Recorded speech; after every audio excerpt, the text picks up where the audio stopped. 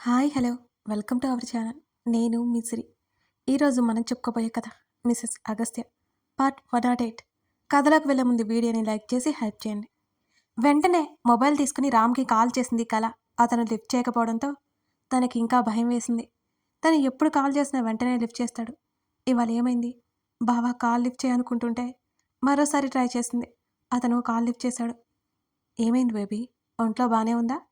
Salary పెరిగిన మూడ్లో మంచి ఉత్సాహంగా ఉన్నాడు రామ్. బావా అని ఒక్కసారిగా ఏడుస్తూ పిలిచింది. ఏమైంది? అతనిలో కంగారు మొదలైంది ఆమె అంత గట్టిగా ఏడుస్తుంటే.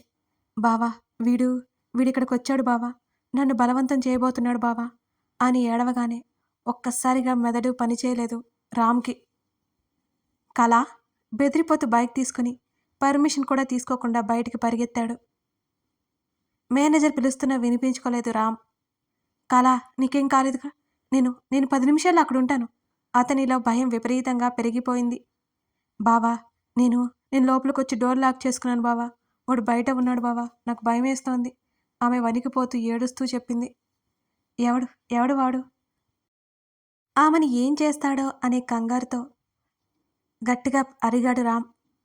డాక్టర్ బావా. ఆమె మాటలకి రామ్కి మతిపోయినట్టు అనిపించింది. బైక్ స్పీడ్ పెంచాడు. 20 నిమిషాల్లో వెళ్లాల్సిన అతను 10 నిమిషాల్లోనే చాలా వేగంగా పోతున్నాడు. ఏయ్ వస్తావా రావా? డాక్టర్ తలుపు కొట్టి చిరాగ్గా అక్కడి నుంచి వెళ్ళిపోయాడు. ఇప్పుడు తప్పించుకున్న వదలను అని గట్టిగా అరవడం కళకి వినిపిస్తూనే ఉంది. అతను వెళ్ళిపోయాడని కన్ఫర్మ్ అవుతున్నా ఆమె బయటికి రాలేదు. మొబైల్ అలాగే చేతుల్లో పట్టుకొని అలాగే కూర్చుని ఉంది. రామ్ కాల్ కట్ అయిపోయింది. కాసేపటికి తలుపు కొట్టిన శబ్దం వినిపించగానే మళ్ళీ భయం పట్టుకుంది. కళ కళ నేను రామ్ని గట్టిగా అరుస్తూ పిలిచాడు అతను. ప్రాణం లేచి వచ్చినట్టు గబుక్కున తలుపు తెరుచుకుని బయటికి వచ్చింది శ్రీకళ. రామ్ కనిపించగానే అతని మీదకు దూకినట్టు హత్తుకుంది. ఆమె విపరీతంగా ఏడవసాగింది. ఆమె క్షేమంగా ఉండటంతో అతను కుదుటపడ్డాడు. ఆమె ముఖాన్ని పట్టుకుని చూశాడు. ఆమె నుదురు మీద దెబ్బ తగిలి కనిపించింది అతనికి. ఆమె డ్రెస్ వెనుక భాగం కొంచెం చినిగి ఉంది. వెంటనే దగ్గరికి లాక్కుని హత్తుకున్నాడు రామ్. ఆమె ఏడుస్తూనే అతడిని కౌగిలించుకుంది. చాలా భయమేస్తోంది బావా, చివరి క్షణంలో తప్పించుకున్నాను అని ఏడుస్తూ చెబుతున్న కళ మాటలు అతనికి వినిపించడం లేదు. అచ్చు అచ్చు ఇలా గదును చూసి తను శ్రీధని సొంతం చేసుకోబోయిన రోజు గుర్తొచ్చింది రామ్కి. ఎవరో చెంప మీద చెల్లున పీకినట్టయింది. ఒక్కసారిగా ఉలిక్కిపడి కళ్ళు తెరిచాడు రామ్. ఏడవకు ఏడవకు, నేను వచ్చేసాను కదా. ఎవడు వాడు? ముఖాన్ని ఎర్రగా చేసుకున్నాడు అప్పటికే. మొన్న మొన్న నన్ను ట్రీట్ చేసిన డాక్టర్ బావా. కళ్ళు తుడుచుకుంటూ చెప్తున్నా శ్రీకళ పిలుస్తున్నా వినిపించుకోకుండా రామ్ వెంటనే బయటికి పరిగెత్తాడు. ఆ డాక్టర్ ఇల్లు తెలుసు కాబట్టి సరాసరి లోపలికి వెళ్ళాడు. ఆహారంగా బట్టలు సర్దుకుని చెక్కాలనుకుంటున్నా అతను రామ్ రాకని గమనించలేదు. రామ్ అక్కడ కనిపించగానే అదిరిపడ్డాడు. ఇష్టం వచ్చినట్లు ఆ డాక్టర్ మీద పడి కొట్టేశాడు రామ్. రక్తం చిందేలా కొట్టి కొట్టి అతనిలో ఆవేశాన్ని తగ్గించుకుని ఇంటికి వచ్చేశాడు రామ్. కళ బాత్రూంలో ఉంది. అతను తల పట్టుకొని మంచం మీద కూర్చున్నాడు. ఆ రోజు ఎంత ప్రమాదం తప్పిందో అతనికి అర్థమవుతోంది. శ్రీధని బలవంతం చేయబోయినా క్షణాలే గుర్తుకొచ్చాయి. అచ్చు అచ్చు తనకి ఇలాగే జరుగుతోంది. ఆ రోజు అగస్త్య తనని కొట్టడంలో తప్పేముంది? అతని అంతరాత్మ అతనికి ఏదో చెప్పాలని ప్రయత్నం చేస్తోంది. మేనేజర్ కాల్ చేస్తుంటే వెంటనే లిఫ్ట్ చేసి సారీ చెప్పి వైఫ్కి బాగలేదని అర్జెంటుగా వచ్చానని చెప్పాడు. రామ్ వర్క్లో సిన్సియారిటీ గమనించిన అతను ఏమీ అనలేదు రామ్ని. నెక్స్ట్ టైం చెప్పా పెట్టకుండా వెళ్ళొద్దని వార్నింగ్ ఇచ్చి ఊరుకున్నాడు ఆ మేనేజర్. కళ స్నానం చేసి బయటకొచ్చింది. ఆమె మౌనంగా బెడ్కి ఒకవైపుకి తిరిగి పడుకుంది. ఇందాక భయపడి మరీ దగ్గరికి వచ్చిన ఆమె రాకపోవడంతో ఆమె వైపు చూశాడు రామ్. గోడ వైపు చూస్తోంది మౌనంగా. కళ అతను పక్కకు వెళ్ళి భుజం మీద చేయి వేశాడు. ఆమె అతని వైపు చూడలేదు. భయపడకు, నేను ఉన్నాను కదా అని అంటుంటే ఏమవుతాను బావా నీకు అని అతని వైపు చూసింది కళ. అయోమయంగా చూశాడు రామ్. 3 ఏళ్ల నుంచి నీతోనే కదా ఉంటున్నాను, ఉంచుకున్నావు నన్ను అంతేనా? ఆమె మాటలకి కోపంగా చూశాడు రామ్. వెంటనే ఆమె చెంప మీద కొట్టేశాడు. కన్నీళ్లతోనే చెంప మీద చేయి పెట్టుకుంది కళ. చంపే బావా, ఈ లైఫ్ చాలా భారంగా ఉంది. ఆమె 2 కళ్ళ నుంచి నీళ్లు కారిపోతున్నాయి. అతనికి చిరాగ్గా అనిపిస్తుంటే తల పట్టుకొని సిగరెట్ బయటికి తీసుకు విండో దగ్గరికి వెళ్ళిపోయాడు రామ్. ఆమె అన్న మాటలు పదే పదే అతనికి గుర్తొచ్చి చిరాకు వస్తోంది. 3 ఏళ్ల నుంచి ఆమెతోనే ఉన్నాడు. ఆమెను ఎలా చూసుకున్నాడు? ఎంత మాట అంటుందా తన్ని? అతనిలో ఆవేశం వచ్చింది. ఆమె పెళ్లి చేసుకుందామని అడిగింది. అతనే అదేమంత పెద్ద విషయం కానట్టే ఎన్నోసార్లు తీసి పడేశాడు.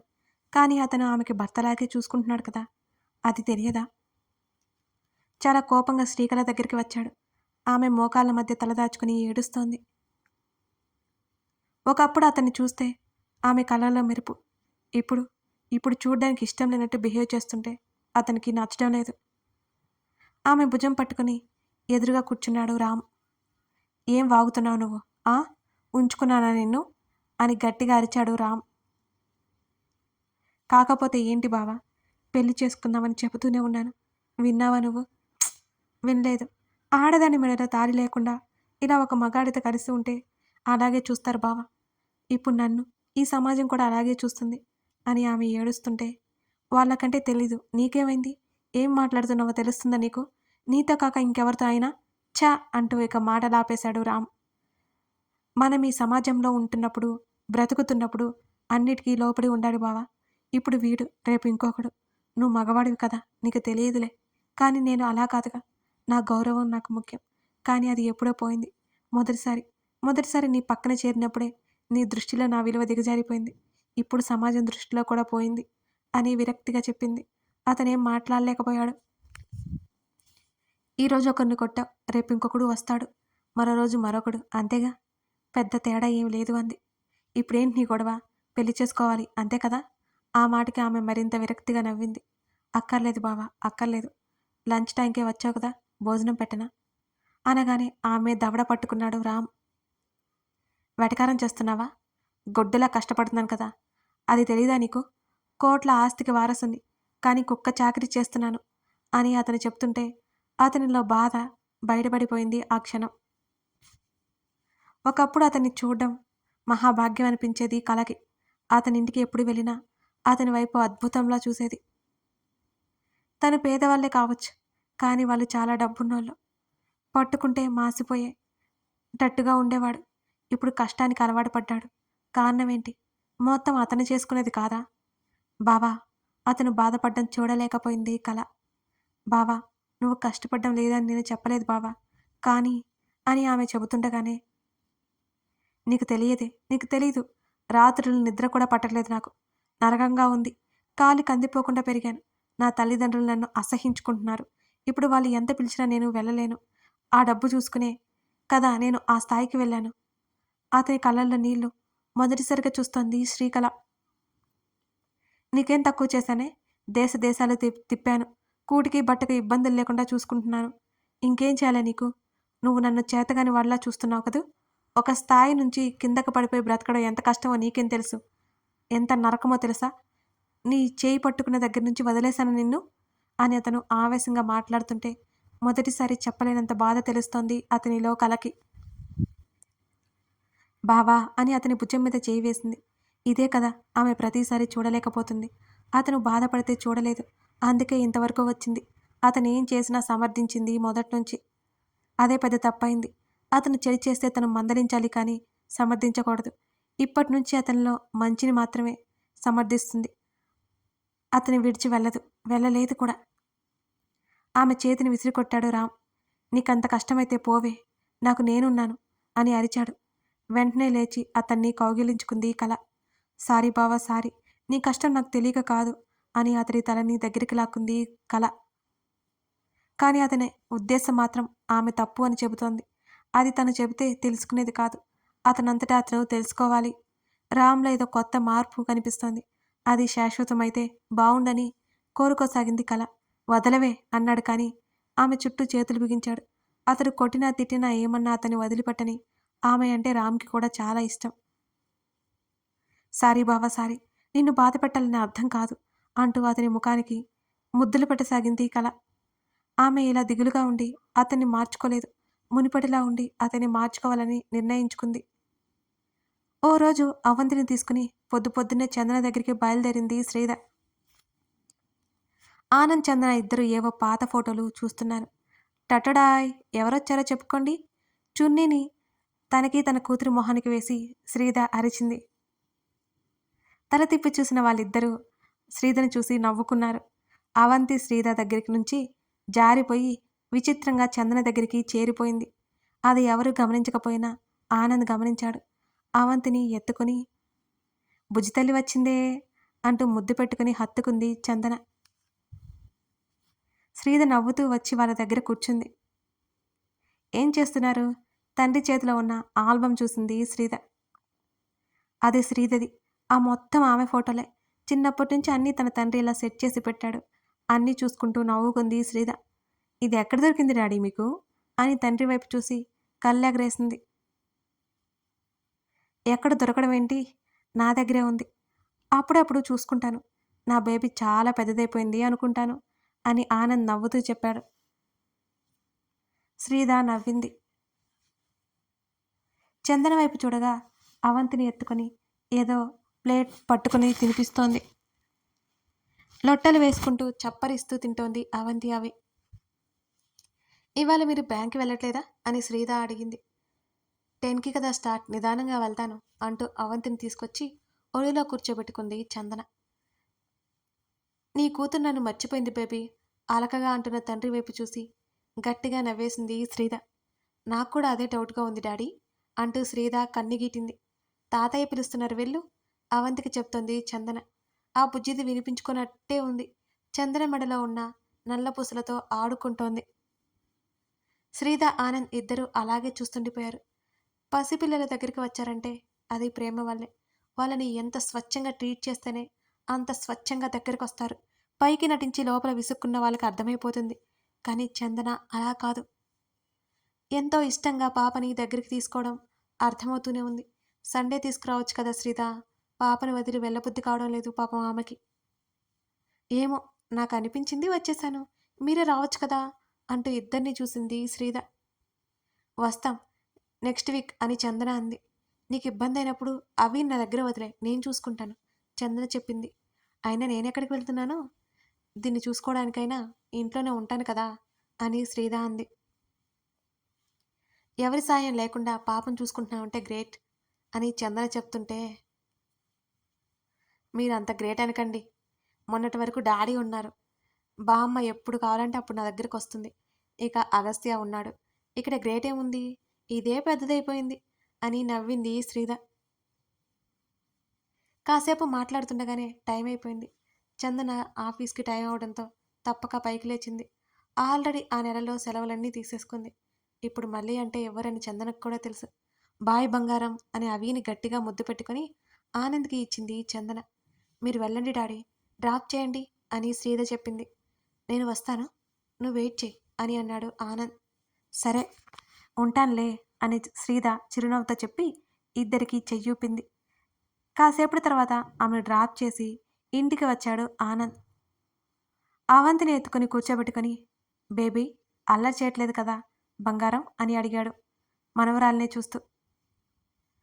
డాడీ మీరు మరీను అలకగా చూసింది శ్రీధ. అంతా ఓకే కదా అని అడిగాడు ఆనంద్. ఓకే, మీరు చెప్పాలి ఇక్కడ ఎలా ఉందో అని గడ్డం కింద చేతిని పెట్టుకుని తండ్రిని చూస్తూ అడిగింది శ్రీధ.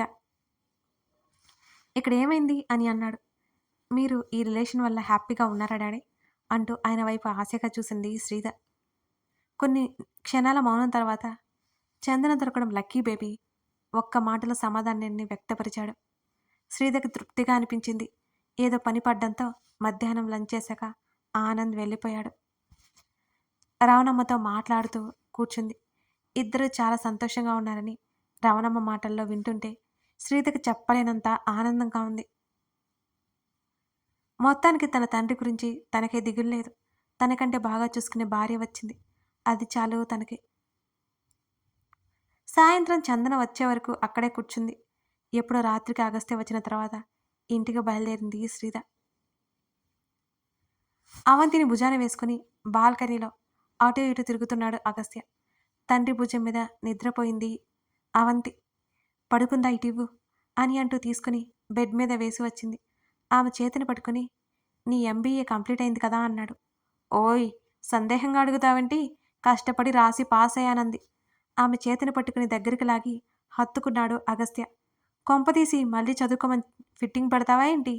నీ కూతురు నన్ను చదువుకోనివ్వదు బాబు అని అతని చేతుల మీద చేయి వేసి చెప్పింది శ్రీద.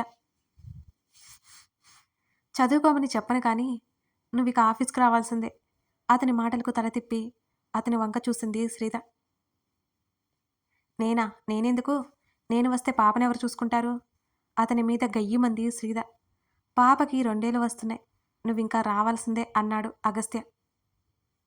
ఇంత సడన్‌గా ఈ డెసిషన్ ఏంటి? అతని చేతులను వదిలించుకొని అతని వైపు తిరిగింది శ్రీద. నీ టాలెంట్ వేస్ట్ అయిపోతుంది. నాటకాలు వేయకు నువ్వు.